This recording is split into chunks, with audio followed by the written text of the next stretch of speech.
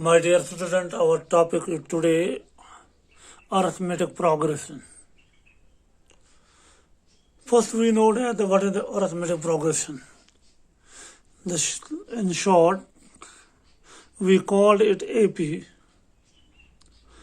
Arithmetic progression AP is the sequence of a numbers in which each term after the first is obtained by adding a constant d to the preceding term. The constant d is called as common difference. My dear student, आपको पहले हम इसका introduction करेंगे कि arithmetic progression किसको कहते हैं.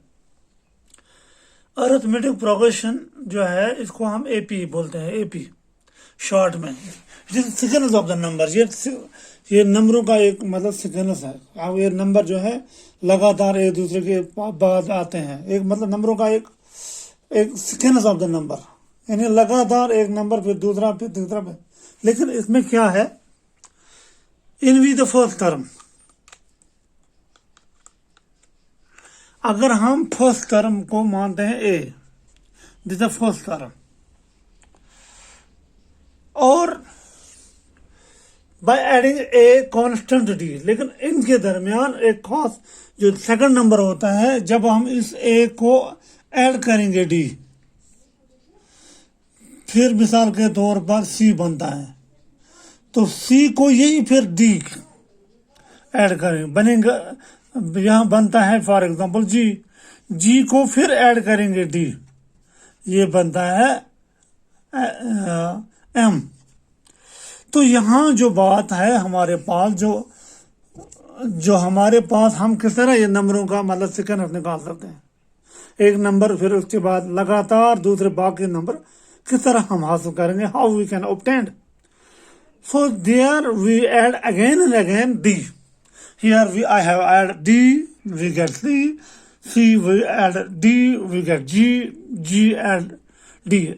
Again we have C. That every time we add D, that means that is a constant number.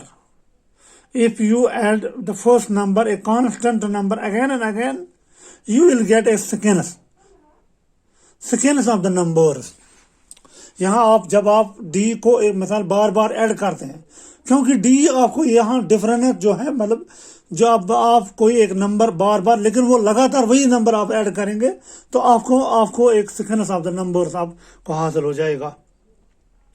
ये प्रोसीडिंग जब हम करते हैं, adding a constant D to the proceeding terms, लगातार हम ये करते रहेंगे, हम ये चीजें करते रहेंगे.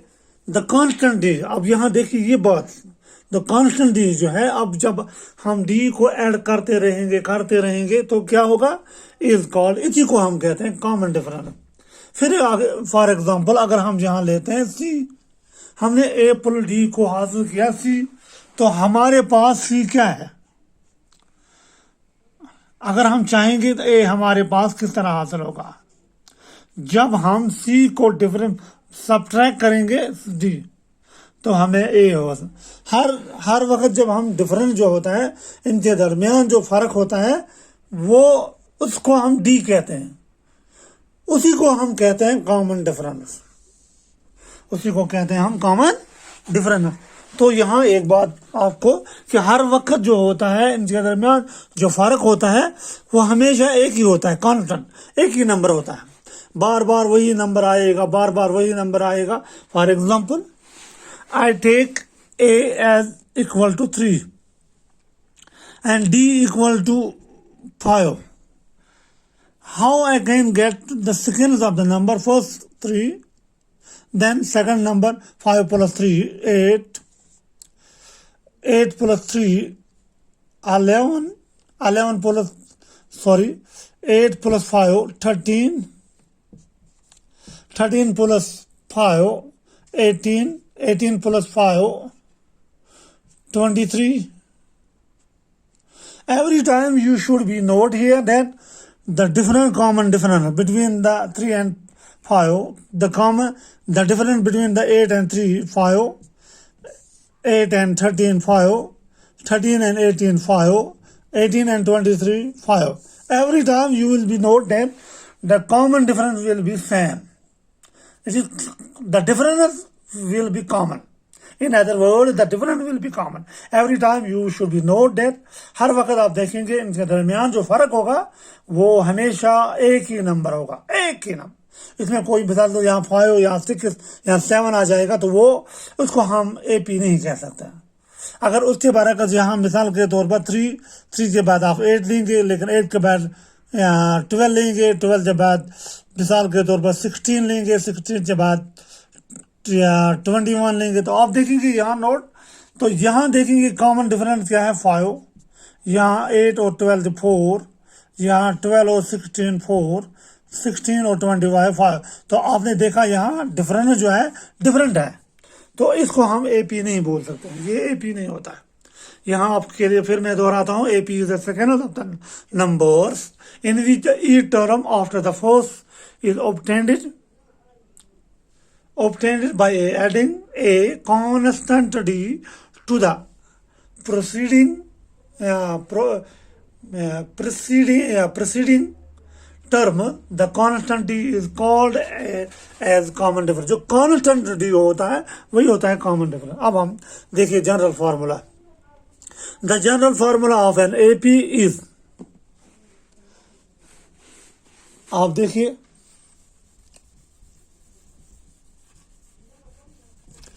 the general formula of AP is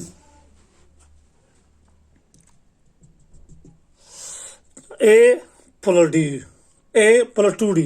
इसका मतलब अगर आप यहाँ नोट करेंगे A plus D equal to C, यहाँ C मैंने D, उसका मतलब यह है कि A के बाद हमने 2D, पहले A plus D, फिर A plus 2D, फिर A plus 3D। यहाँ ये कॉमन जनरल फार्मूला आप इसके जरिए निकाल सकते हैं, A plus D, A plus 2D plus A plus 3D plus general formula of AP is इस तरह A plus 3D प्लस इसी तरह डैड है, यानी पहले A plus D, फिर A plus 2D, फिर A plus 3D प्लस इस तरह। अगर यहाँ आप इस तरह भी हटा सकते हैं, यहाँ कॉमन मतलब पहला नंबर ये है, ये दूसरा है, वो तो ऐड, ये तीसरा है, इसके बाद इस तरह आप निकाल सकते हैं A plus D, A plus 2D, A plus 3D। तो इस तरह आप बढ़ते जाएंगे, आप लोग नंबर निकाल दे सके ना। ये है general formula of AP is nth term of an AP। अब हमें यहाँ देखना है कि nth टर्म ऑफ AP क्या है। nth term of AP is if the initial term of an AP is A, अगर पहला इनिशियल पर टर्म जो है वो A है, एंड कॉमन डिफरेंस जहां कॉमन डिफरेंस ऑफ द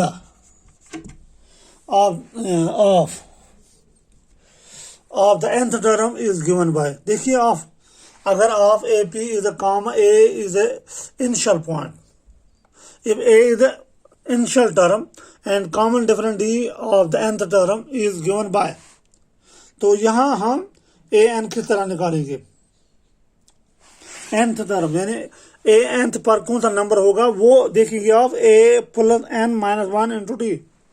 ये देखिए आप ये फार्मूला याद रखिए, nth किस तरह आप nth टर्म निकालें, nth का मतलब होता है nth term, of nth term को A plus n minus 1 into D, इस तरह ये फार्मूला इस्तेमाल करके ऑफ nth टर्म। हाँ आप देखिए, sum of the first nth term sum of the first nth term की तरह निकालेंगे आप, of an AP is given bye.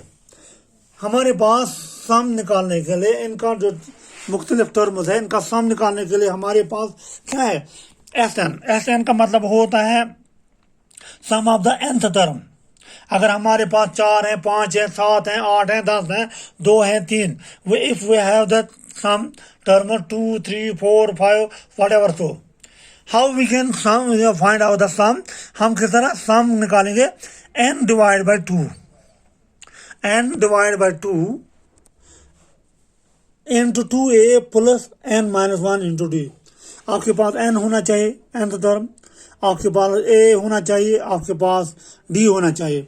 तो इस तरह आप सम निकाल सकते हैं। अगर आपके पास n है, आपके पास a है, आपके पास d है, तो आप ये sum of the first nth term आप निकाल सकते हैं। अगर आपके पास पहले 10, 15, 20, 1, 2, 4, 5 टर्म का सम निकालना होगा, लेकिन आपको पता होगा, मिसाल के आपको दिया गया 10, पहले 10 टर्म को, इसका मतलब n क्या बन गया, 10, 10, n का मतलब होता है 10। तो a होना चाहिए पता आपको, d होना चाहिए पता आपको, तो आप सम निकाल सकते हैं। हाँ, अगर दूसरा तरीका है सम निकालने के लिए, हम sum we can find out the sum if we have no, for example हमारे पास 10 टर्म का सम निकालना है, तो हमें पता है लास्ट टर्म, अगर हमारे पास n यानी 10 टर्म, तो a प्लस l का मतलब होता है लास्ट टर्म। अगर आपके पास लास्ट टर्म है, तो आप आसानी के साथ पहला और लास्ट टर्म आपके पास है, तो आप निकाल सकते हैं आराम से इनका सम। तो ये हमारे पास सम निकालने के दो तरीके हैं। एक है n divide by 2 into 2a plus n minus 1 into D. दूसरा तरीका है n divide by 2a plus l का मतलब होता है last term. Hope you should be understand it. These are the some basic introduction of this arithmetic progress, and hope you should be understand it, and you will be do some things. Yeah, you will be exercise. You will be take the some exercise and do yourself. Hope. Thanks.